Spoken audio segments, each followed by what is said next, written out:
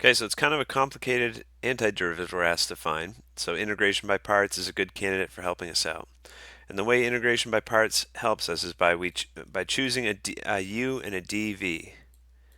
Okay, and then from those two things we can fill out the rest of the formula. We can find the antiderivative of dv, can find the derivative of u.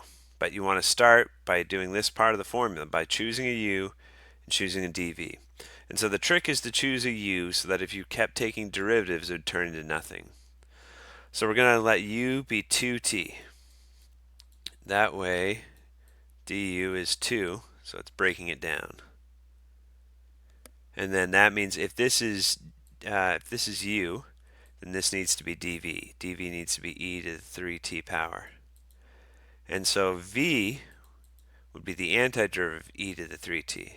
So that's 1/3 e to the 3t, because when you take a derivative of this term, the derivative of e to the 3t would be e to the 3t times 3, because the chain rule when you take a derivative.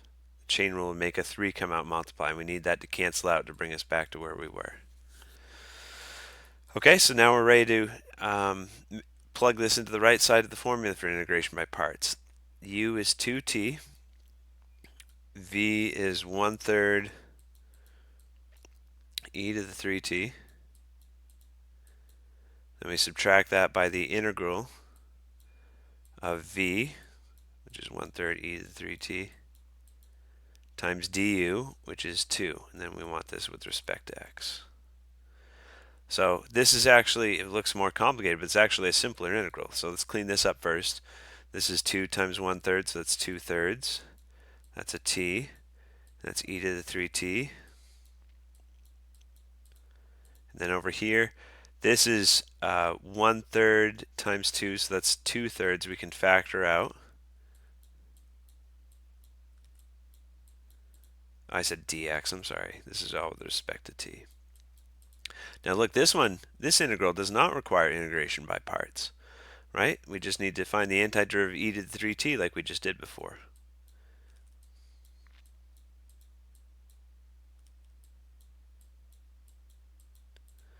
So the antiderivative of e to the 3t is 1/3 e to the 3t. Because when we take a derivative of this term, the derivative of e to the 3t is e to the 3t times 3 because of the chain rule. The 3 would come down and multiply. So cleaning it up one last time, and some arbitrary constant c because there's no limits of integration, right? So our final answer, when everything's cleaned up,